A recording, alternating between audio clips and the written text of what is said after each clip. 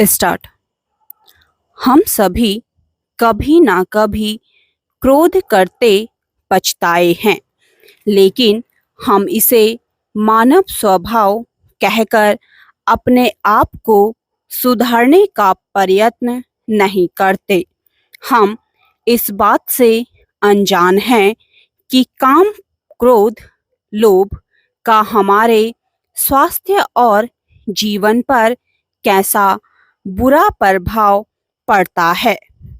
हम सभी अपने व्यवहार में शिष्टता, दूसरों के प्रति दया, सम्मान और सहानुभूति जैसे गुणों को दर्शाने का प्रयत्न करते हैं।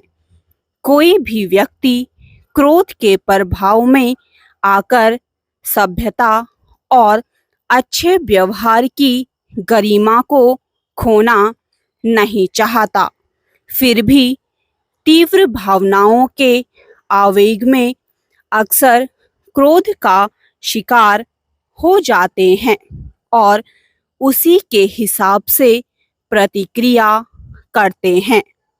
क्रोध हमारे ऊपर नकारात्मक छाप छोड़ देता है, जिसका बाद में पछतावा होता है। वैदिक शास्त्रों में क्रोध, ईर्ष्या, लालच, काम जैसी कई मानवीय दुर्लभताओं को मानस रोग के रूप में बताया गया है।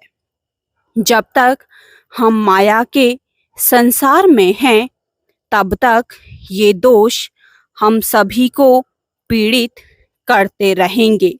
लेकिन असली चुनौती तो इन दोषों के बारे में हमारा सीमित ज्ञान है।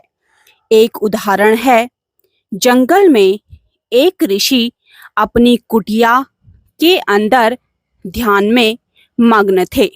अचानक एक आदमी उनके पास आता है और पूछता है कि क्या उनके पास आग है। ऋषि विनम्रता से उत्तर देते हैं कि उनके पास आग नहीं है। कुछ समय बाद वह व्यक्ति वापस आता है और फिर से वही प्रश्न पूछता है। इस बार ऋषि थोड़ा परेशान होकर कहते हैं कि उनके पास अब भी आग नहीं है। जब व्यक्ति तीसरी बार पूछता है तो ऋषि, जो अब पूरी तरह से क्रोधित हो चुके हैं, जोर से चिल्लाते हैं कि उनके पास आग नहीं है। तब वह व्यक्ति ऋषि से कहते हैं कि आग तो वास्तव में आपके भीतर ही है। यह कहानी दर्शाती है कि क्रोध एक बीमारी है और यह बीमारी हमारे भीतर अव्यक्त रूप में रहती है। हमारे आसपास पर्याप्त ऐसे संभावित कारण होते हैं जो इसे प्रज्वलित कर सकते हैं।